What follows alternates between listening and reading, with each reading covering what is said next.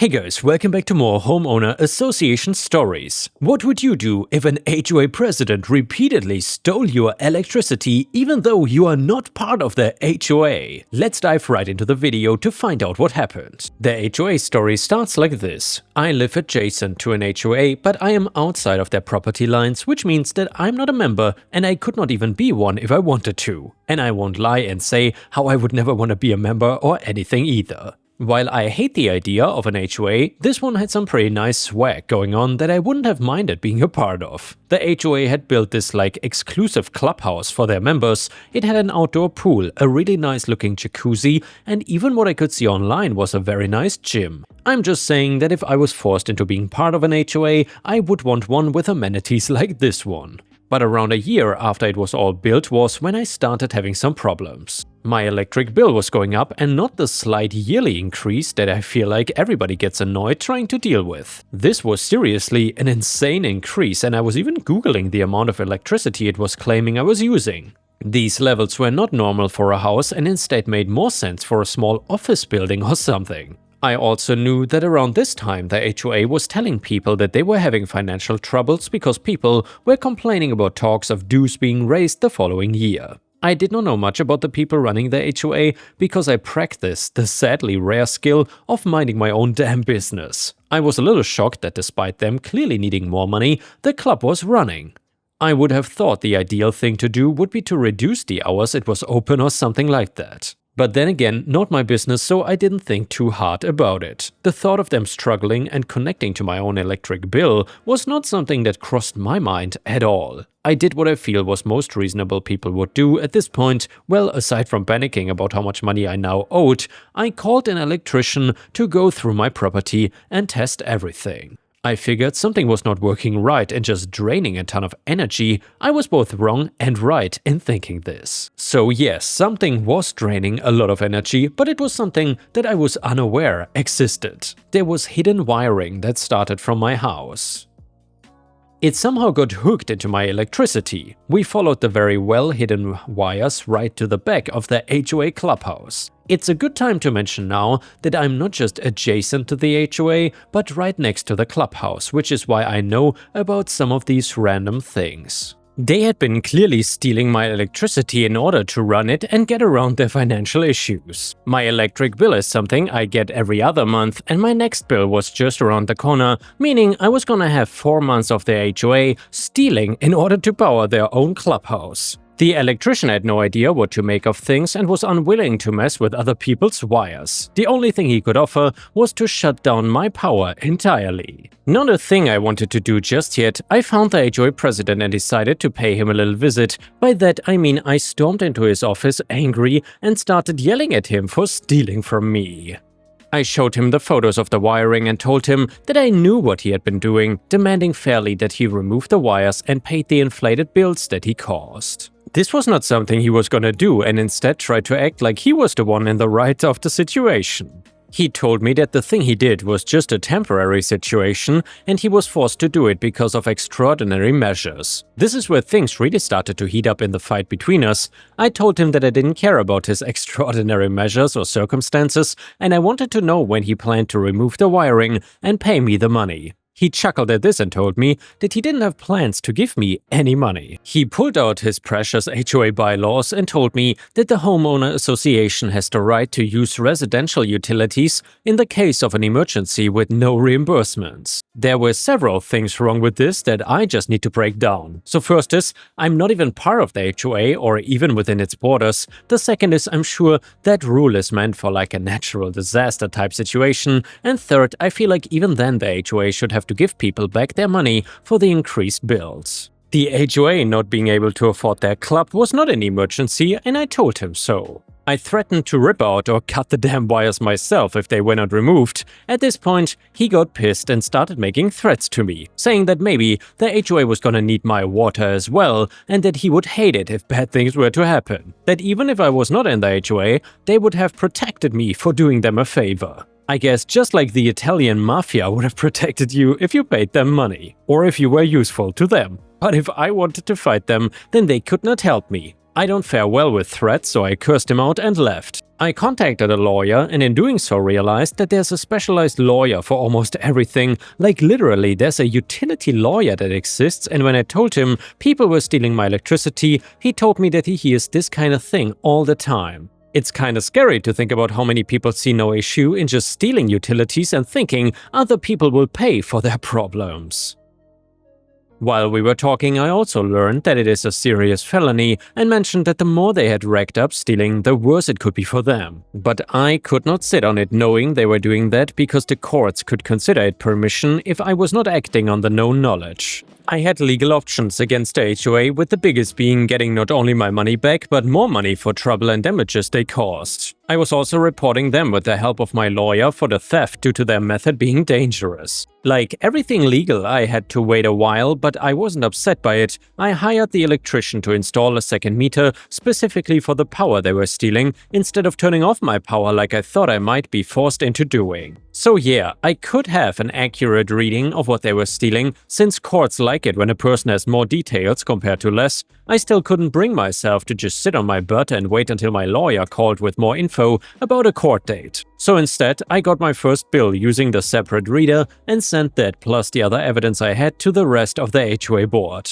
telling them that since he was doing this to power an HOA property, they could be found personally liable as well. I was hoping they could get him to settle, or at least, if they were not involved, prove that somehow to save themselves. The city meanwhile finally realized that the amount of power I was using made 0 sense and then sent somebody out to speak to me. Mostly about how that much power used for what is designed for a single home could actually be dangerous. I pointed him to the HOA and told him that they were stealing from me and refused to stop. He pretty much told me that if they did anything extreme, it could blow everything out. I'd been keeping tabs and found out the HOA was throwing a huge pool party to celebrate 1 year of the club being open. I knew with the DJ and anything else, it would take things too far. I was not willing to mess with that, so I decided to buy a timer for my electricity.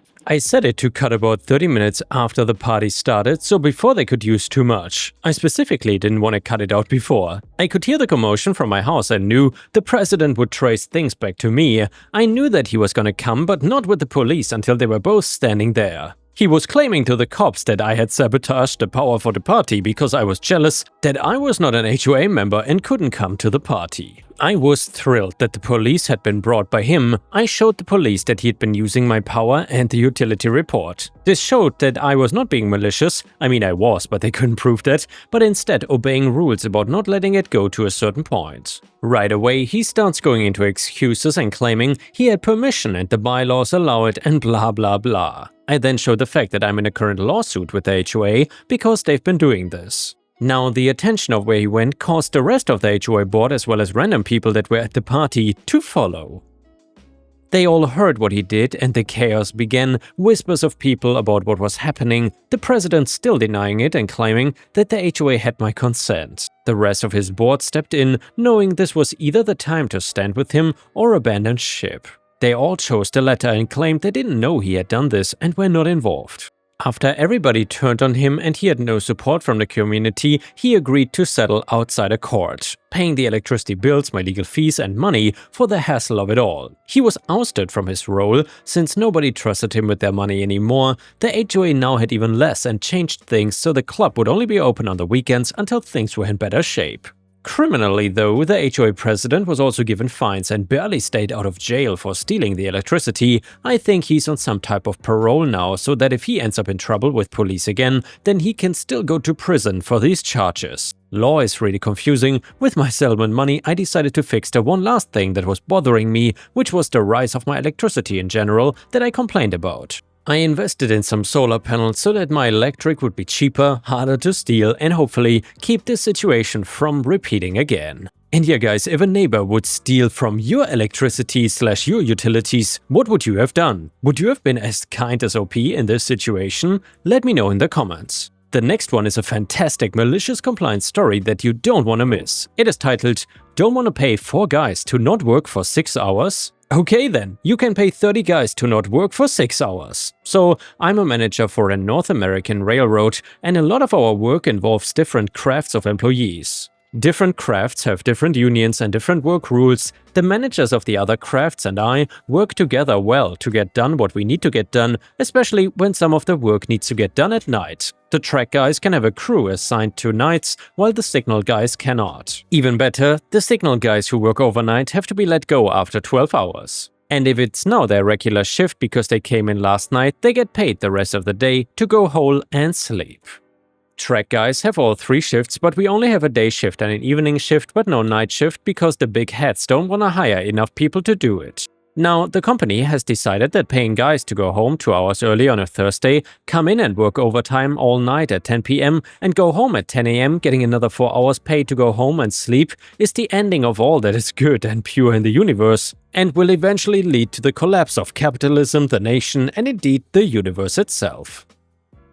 So they decide that the second shift guys have to stay 4 extra hours and the first shift guys have to come in 4 hours early. I point out that number 1, I cannot force employees to work overtime unless it is an emergency, and the union is not likely to agree that we want to do this at night so we don't affect traffic is an emergency. Also, not all employees are qualified on the same things. Number 3, since they took half of my trucks away 5 years ago, because savings, I don't have enough vehicles for an entire second crew to show up at 2 a.m. and relieve the guys working in the field so they can go home. The guys currently working will have to stop work, pack up the tools, drive back to the office, and let the smaller relief crew load up, drive back out to the worksite, and do the starting paperwork and briefings, and begin the work. And most importantly, while we are not there, the track guys cannot work, because we have to keep taking things off the rail so the track guys can do their work and then put them back when the guys are done so we can run the trains in the morning. All of it falls on deaf ears because the freckle-faced college kid,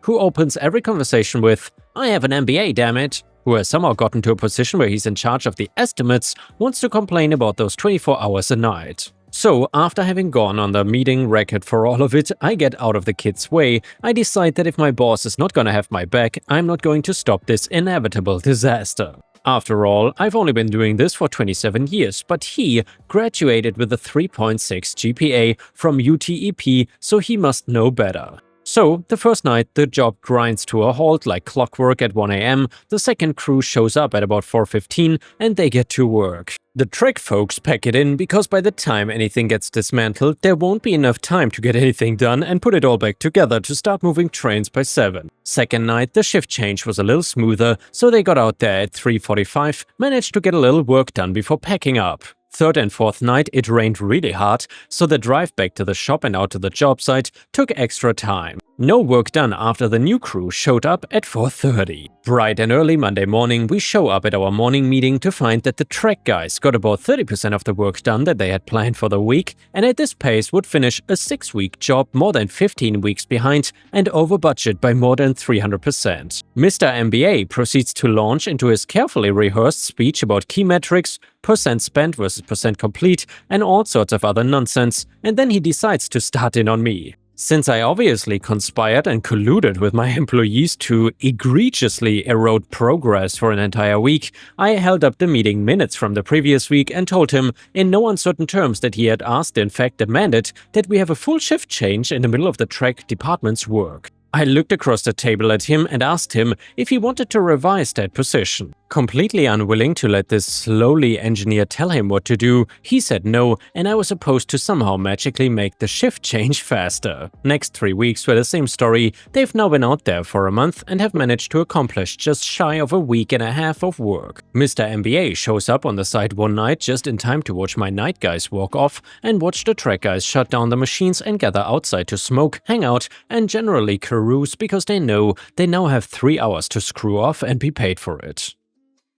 My guys had called me when Mr. MBA showed up, so I got out of bed and get to the job site just in time to see this guy in his shiny fresh from the package safety gear screaming at the top of his lungs to the guys to get back in their equipment and get their F back to work. They all refuse because they all know that they cannot work without us there. Not that they care all that much about our equipment, but because they know Mr. MBA has been throwing a little too much weight around, and nothing makes union employees stick together better or faster than putting the screws to a manager who really needs it. I walk up during a profanity-laced tirade and cut right in and say, "Well, Mr. MBA, I'm sure that you're not suggesting that these qualified employees violate Rule XXX. The one which clearly states that they shall not, under any circumstances, run that equipment through a switch that the signal department has not checked, would you? That would be a serious violation and could get him a 30-day suspension without pay. And if you were to suggest that he do that, you would not have a union card in your pocket and he would have 30 witnesses that saw you give him that directive. So you wouldn't be suggesting that, would you?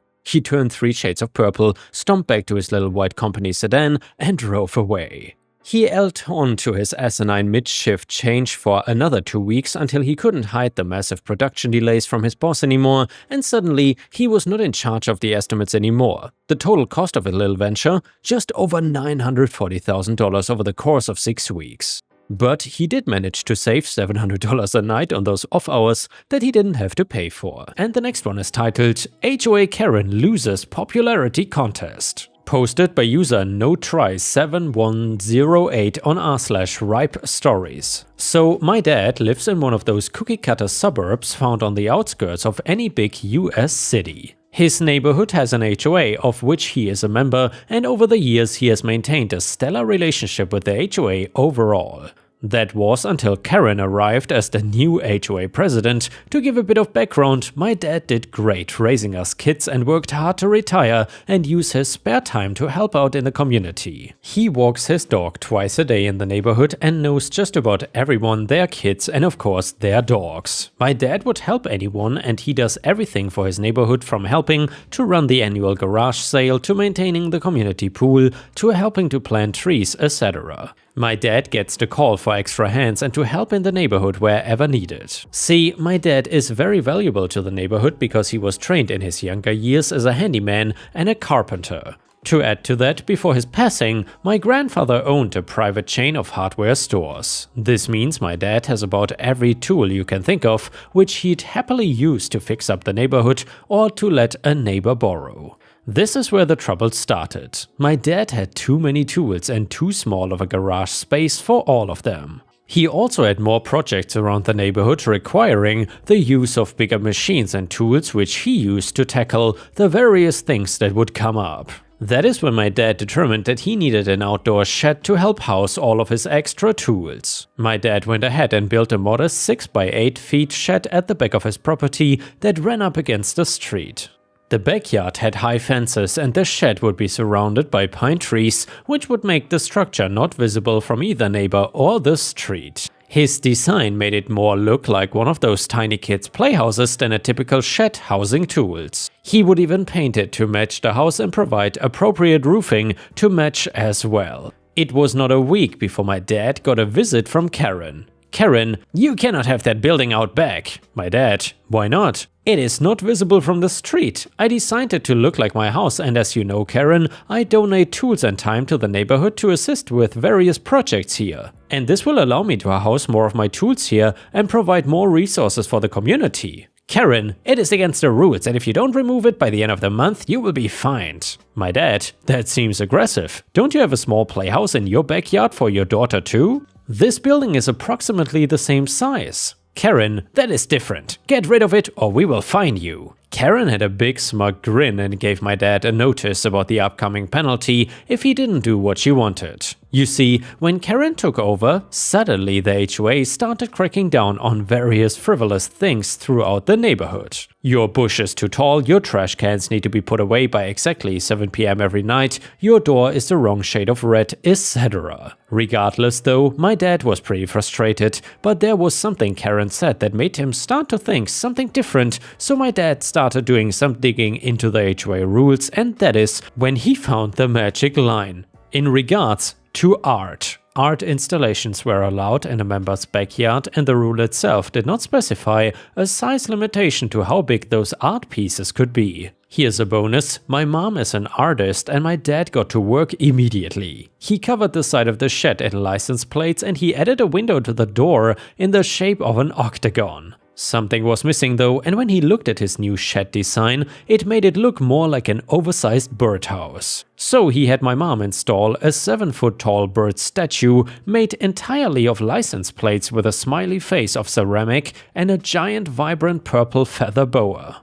Now the gaudy bird statue was visible by both the neighbors and from the busy street behind their house. The very next day, Karen came back. Karen, "What is that thing in your backyard and why is your structure still there?" My dad replied, "It is an art installation." "Karen, you have to remove it immediately. It is against the rules." "No, it is not." "Yes, it is." "No, I looked into the HOA rules and I'm allowed to install an art installation onto the backyard of my property."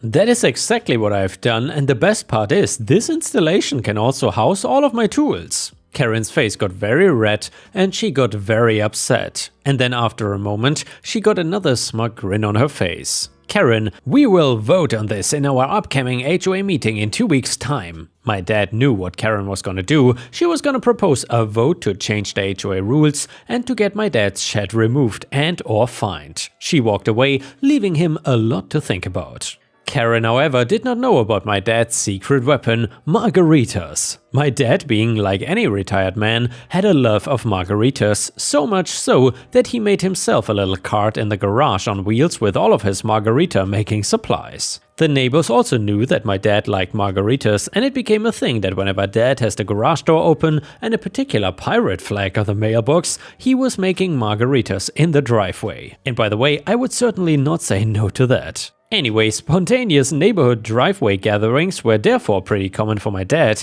and my dad did what he does best. So every couple days, he put out the flag, rolled the margarita cart into the driveway, plopped down a chair, and waited. All week he met various neighbors and invited them to another margarita outing the day of the big community vote. That day finally came, and boy did the neighbors show up. My dad had the HOA board meeting so full, there were people lined up outside, unable to get into the room where they met. Karen, shocked at the number of people there, was none the wiser that these were all the folks my dad helped and befriended within the neighborhood. Karen then started the meeting and a few minutes in jumped right into the vote about the HOA rule on art installations and my dad's gaudy art install. "Karen, all in favor of having D remove the art installation?" She smiled and looked around as a few of her friends raised hands, but no one in the crowd did. "Karen, all of those against?" The entire room of hands shot up. She overwhelmingly lost. My dad could have brought a quarter of the people who showed up and they still would have beat her handedly. Following this, Karen's term as HOA president was brief, as she was quickly removed and a new neighbor stepped in to take over. I'm not sure what happened to Karen in the end, but I would not be surprised if she moved briefly after. And the next one is titled, "Karen Scams Art Store and Ends Up Getting Trespassed." Posted by user Sophosnera on r/Ripestories, our own subreddit. Now, a little context, some of this story was told to me by others as I was not there every time the customer came to the store. This also happened a few years ago, but the interaction is still fresh in my mind. So I, 20 female, worked at a little pop-up shop in a local mall over Thanksgiving, Christmas and New Year's holiday. The shop sold paintings ranging from $50 to $1,000. There was usually one staff member at a time in the shop, and it was our job to help customers answer questions about paintings and restock the shelves. One faithful night, I was sitting at the desk when a woman, which I shall nickname Karen, came in and bought at least $2,000 worth of paintings. She was kind and talkative, and she asked all sorts of questions about me, the paintings, and eventually the return policy of the shop. At the time, the policy was until the pop-up shop closed that all paintings would be accepted for returns, which is what I told her. A couple weeks passed and the shop started adding discounts to all our paintings as we wanted our stock gone. Now this is the part that was told to me later. Karen often returned to the store, usually to return paintings, other times to buy more at the discounted price. At one time, while the paintings were at least 50% off, Karen returned to the store and returned numerous paintings. Only then to buy the same paintings at the discounted price. This was reported to our manager, who contacted our local supervisor, and a no-return policy was implemented and signs were posted numerous places within the tiny shop. Now back to when I was at the shop, our discounts were nearly at 80% off and the store was quite bare.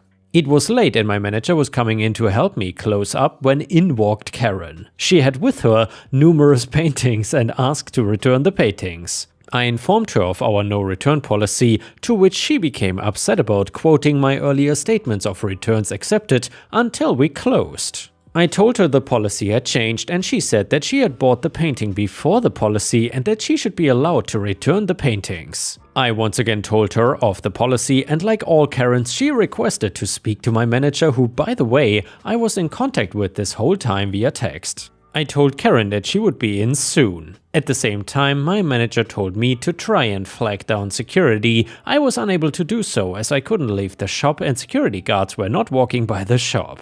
I continued to try and placate the woman, but she was getting increasingly upset that I would not allow her to return her paintings. I was beginning to shake both from anxiety and adrenaline. Finally, my boss arrived and said the same thing I had told her, that we would not be accepting any returns and the policy had changed. Karen began to cry out that she was told she could return paintings until the time the shop closed and was once again told the new policy. She was told to leave the shop, which she refused to do so. It was at that point that I managed to flag down a security guard who joined the confrontation. My manager could see me shaking and excused me to the back where I could calm down. I did so gratefully and gave myself a few minutes to calm my shaking hands and pounding heart. Once I was feeling calm enough, I returned to find Karen just outside the shop with arms folded. I asked my manager what was going on and she let me know the police had been called. She then asked if I was okay and asked if I wanted to go home early, saying she was okay to close up alone. Still full of adrenaline and not feeling very good, I accepted and left. A week or two later, I asked my boss what had happened after I left. She told me the police had come and was informed of the situation. They told her that they would abide by the no-return policy and that she was henceforth trespassing. She left still saying that she should be allowed to return the paintings due to what I told her months before. And before we end the video, we will read one last story from r/petty revenge. It is titled Mr. Chipmunk's Revenge. So I worked as a teacher and had a student from hell 1 year. She was nasty to me and everyone else. However, her biggest target was her English teacher. He was a big guy, probably close to 400 pounds and hairy. When he shaved, he had to decide where his neck hair ended and his beard began. The back of his neck was a jungle, so he probably had some serious back hair. He hung some DC comic posters, including Batman, on the classroom wall behind his desk, so she called him Fat Man. She also referred to him as Mr. Chipmunk because of his hairy arms and neck, and he was a jolly person and the other teachers adored him. After the student from hell graduated, she became a licensed physical therapist. The teacher slipped on a wet floor that had no sign to warn people and filed a workman's comp claim, having hurt his lower back. And then, unable to work, he was given a referral for physical therapy. When he went in to make an appointment at the front desk, he spotted her picture on the wall with the other therapists. He saw an opportunity, asked for her specifically, and was set up for PT 3 times a week with her. She had to manipulate his huge hairy back 3 times a week. He gave a running commentary to some other teachers, even telling us that he would not use the AC in his car on the way to the PT, so his back was a hot, sweaty mess that she had to wipe off with a towel before working on him. He also said that he rather enjoyed the massage. And yeah guys, thank you so much for watching. I will see you again tomorrow.